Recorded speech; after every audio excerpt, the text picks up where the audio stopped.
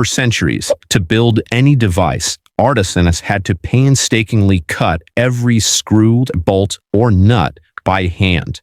But all this changed in the 1790s, when British metalworker Henry Maudslay developed this highly precise lathe. Suddenly, these previously handmade components could be reproduced mechanically and at scale. This may seem like a simple innovation, but it had a profound effect on the world. The standardization of these parts helped usher in the Industrial Revolution. From cars to home appliances, the 20th century was defined by mass production and readily available, interchangeable parts. This made repairing items relatively easy. If your shower head gasket failed or the hose for your washing machine sprang a leak, a hardware store likely carried replacements. Today, interchangeable parts are as important as ever for mass production.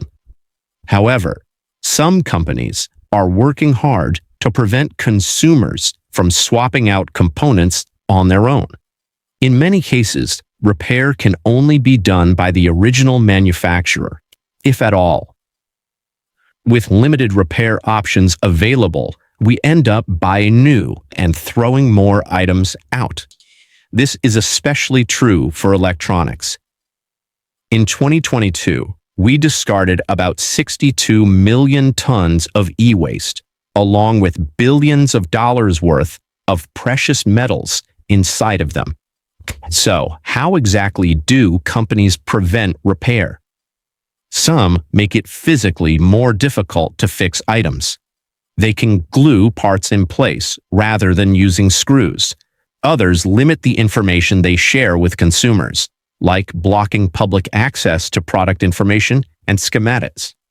During the pandemic, for instance, when hospitals struggled to maintain breaking medical equipment, the repair company iFixit compiled a comprehensive database of repair manuals for hospitals to use. Yet manufacturers like Steris fought for them to be taken down. Yet perhaps the most important yet least obvious way companies limit repair is by preventing the interchangeability of parts. In a process known as parts pairing, companies assign individual parts like screens, batteries, or sensors a unique serial number. The device's internal software can then detect if those components are replaced and limit their functionality as a result. If you swap the screen on two brand new iPhones, for example, the automatic brightness adjustment will no longer work. In other cases, unauthorized replacements can cause the device to stop functioning altogether. If a farmer uses an independent shop to repair certain parts in a John Deere tractor, it won't operate until a company technician authenticates the new part using authorized software.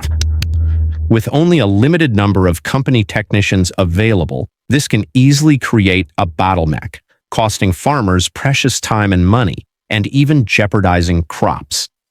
Manufacturers can also use software to give devices predetermined end-of-life dates, after which they no longer receive important updates and slowly become unusable.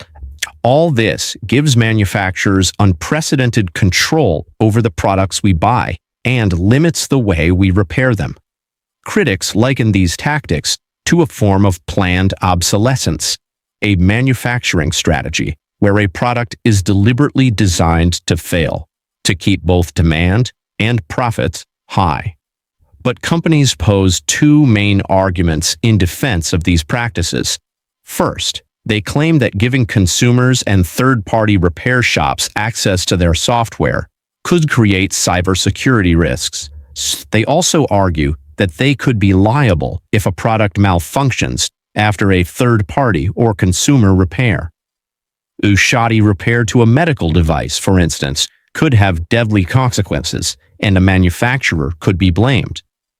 However, major reports, like those from the U.S. Federal Trade Commission and the Food and Drug Administration, find little support for these company claims. Parts pairing and repair limiting practices are now being closely scrutinized in courts all over the world as consumers fight for the right to repair. And states, including Colorado and Oregon, have passed laws banning parts pairing.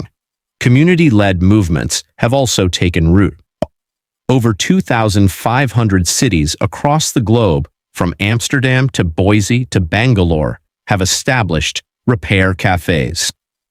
Here, people trade and share their knowledge, reinvigorating a culture of repair at a time when it often feels easier to toss our things than fix them.